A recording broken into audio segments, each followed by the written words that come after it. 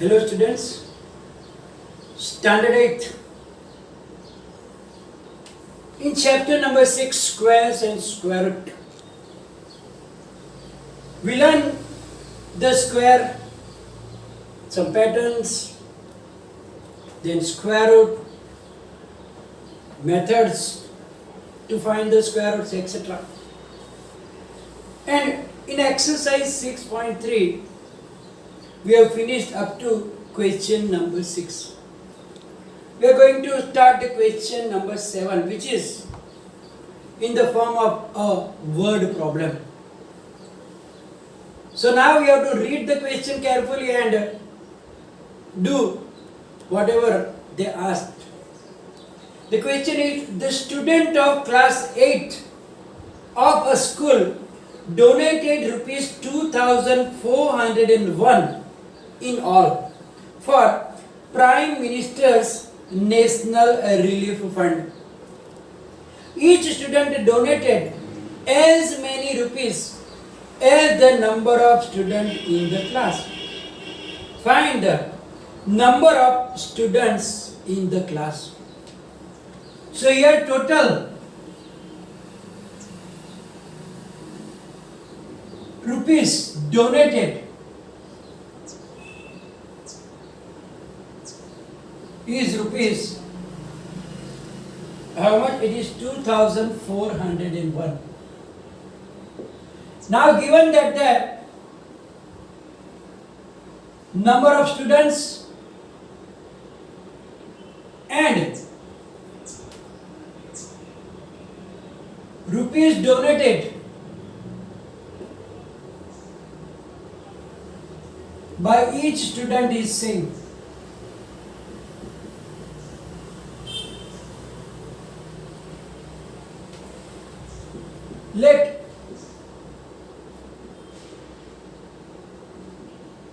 Let that be x. It means that x multiplied by x will be 2,401. It means that x square is equal to 2,401. It means that we have to find the x is the square root of 2,401. So now we will find the prime factorization of 2,401 to find the square root. So now 2,401 here.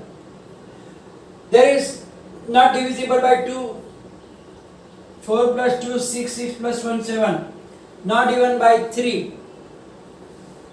Not even by 5 because there is 1 there. Check by 7. 2,401 divided by 7. 7 3s are 21. 7 4s are 28. 7 3s are. So we can see that it is divisible by 7 and you got 343. So obviously we have to find the square root. It must be divisible by 7 again. 343. 7 4s are 28. 7 9s are 63.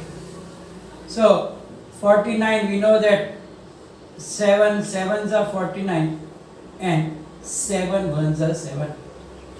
Therefore 2401 is equal to 7 square into 7 square. Therefore square root of 2401 is 7 into 7, it is equal to 49. It means that there are 49 students in class and each student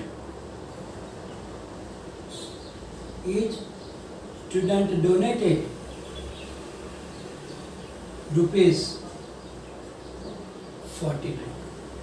So here as they asked that number of students is also equal and each student gave the same amount that is the number of students, and therefore we have to find the square root of that given number, and we get is 49. You can find out if it is wrong or right. 49 multiplied by 49, that will be here. Now next question is question number 8. It is also same like this, that some plants are to be planted and as many plants as the number of rows, and therefore you can do it same like that, only the difference is number of plants and number of rows are there. So you can do it yourself. So I am going to do the question number 9. Question 8 is for homework. Question number 9 says that find the smallest square number. Find the smallest square number that is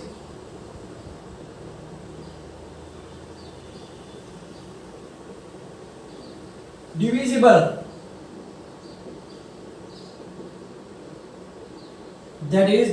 by each of the numbers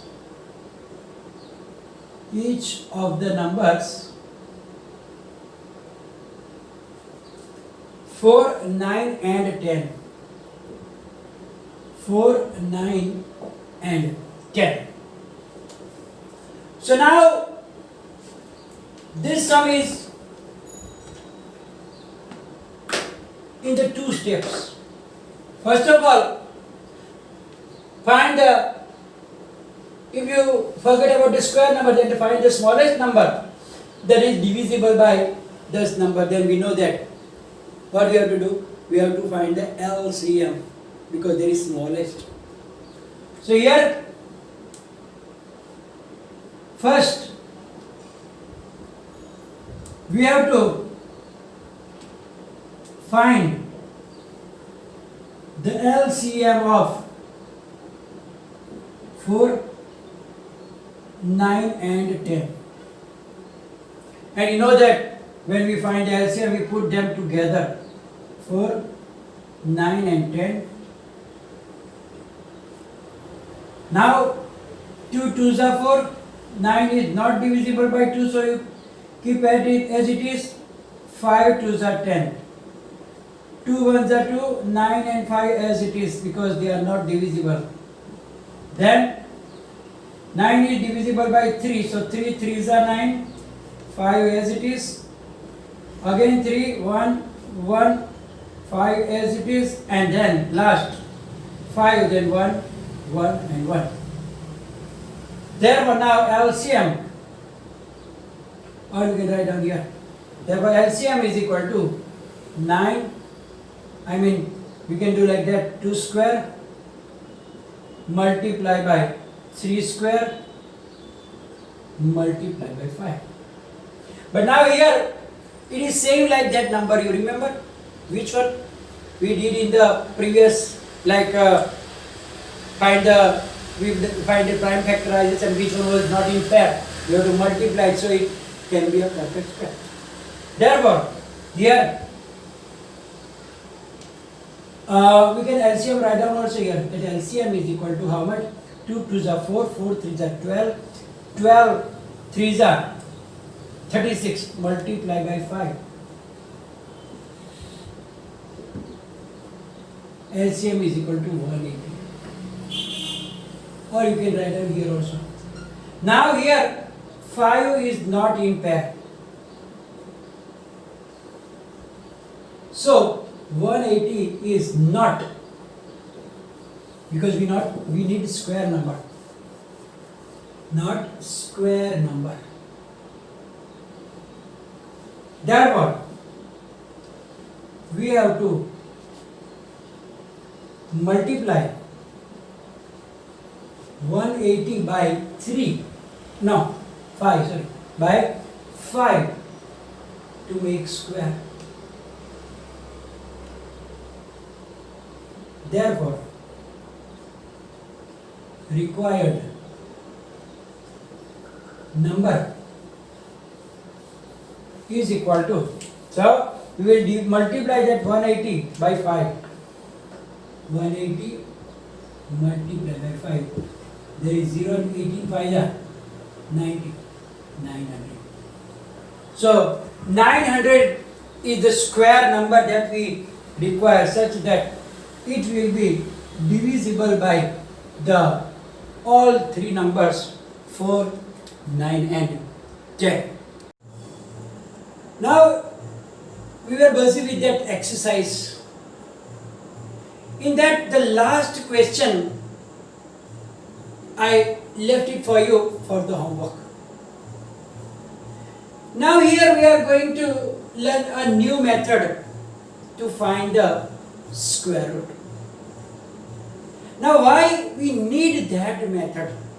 Question is that because the prime factorization is the quite easy method, or if it is a small number, that repeated subtraction method was also very nice. But sometimes what happens if the number is very big, like 6-digit number or 7-digit number like that, then what will happen? That prime factorization will be very long. So many steps. And sometimes it is difficult also, because sometimes some number is prime number and then you don't even know about it, and you are trying to get divide, but it is not divisible by any number. You try from 3, 5, then 7, then 11, then 13, then 17, and so on. But it is not getting divisible, and therefore you are getting tired, you are getting bored, and then maybe you will leave that sum. So to avoid that thing, we are using the square root by long division method. Now to do that method, first of all, what do we need? So here, as I told you, when the number are very large, the prime factorization method of finding square root is very lengthy and difficult. For this, we can use the long division method, but for this, we need to determine the number of digits in the square root. Means, if the number is having the perfect square number having 3 digits, 4 digits, 5 digits, 6 digits, 7 digits, but how many numbers will be there in its square root? That is very important for us, and according to that, we have to find the square root by this long division method. So now we know that the smallest 3-digit perfect square is 100, because 7 square is 49, 8 square is 64, 9 square is 81, and 10 square is 100. So 100 is the smallest 3-digit perfect square, and its square root is 10, which is 3-digit number. It means if the number is 3-digit number, then its square root will be 2-digit. Also, its square root of the 2-digit number will be also maybe a 1-digit number. Similarly, the greatest 3-digit perfect square is 961.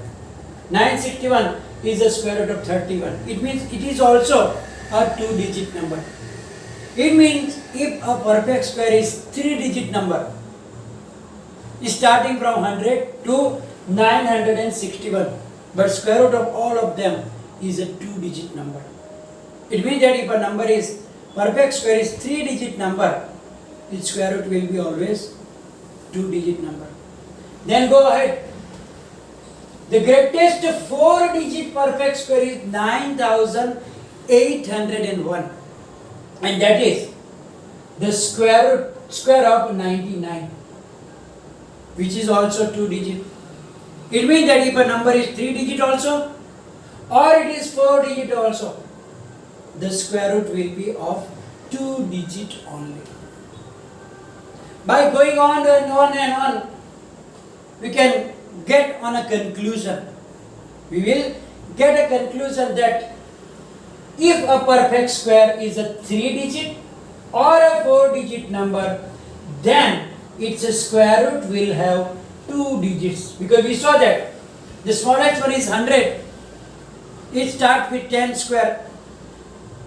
Then 961, whose square, it is a square of 31. And 9801, whose square root is 99.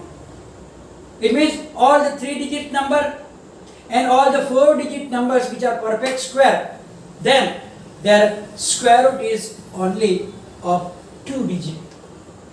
If you are going on and on, then you will find that if a perfect square is a 5 or a 6-digit number, if the number will be 5-digit number or a 6-digit number, then its square root will have only 3 digits. So in general, what can we say that? In general, we can say that if a perfect square is n digit number, n can be either odd number or even number. So if n is even, then it will have n by 2 digits. For example, if a number is having 8 digits, a perfect number of 8 digits, then its square root will have only 8 by 2, means 4 digits.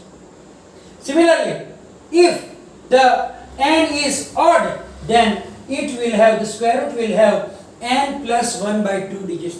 Odd number means either it have 5 digits. If a perfect square number have 5 digits, then its square root will have 5 plus 1 divided by 2, means 6 divided by 2 is 3.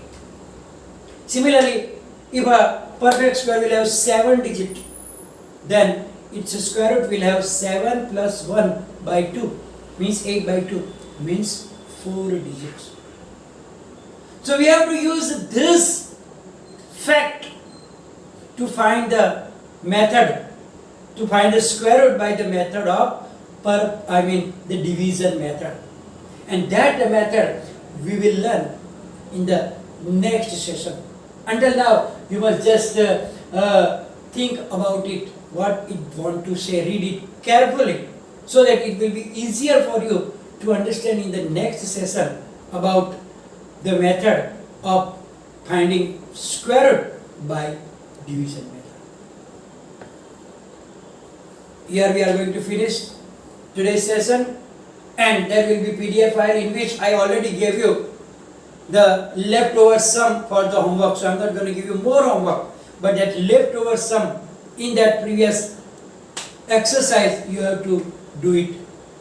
And if any confusion, write down in the comment section. Thank you very much.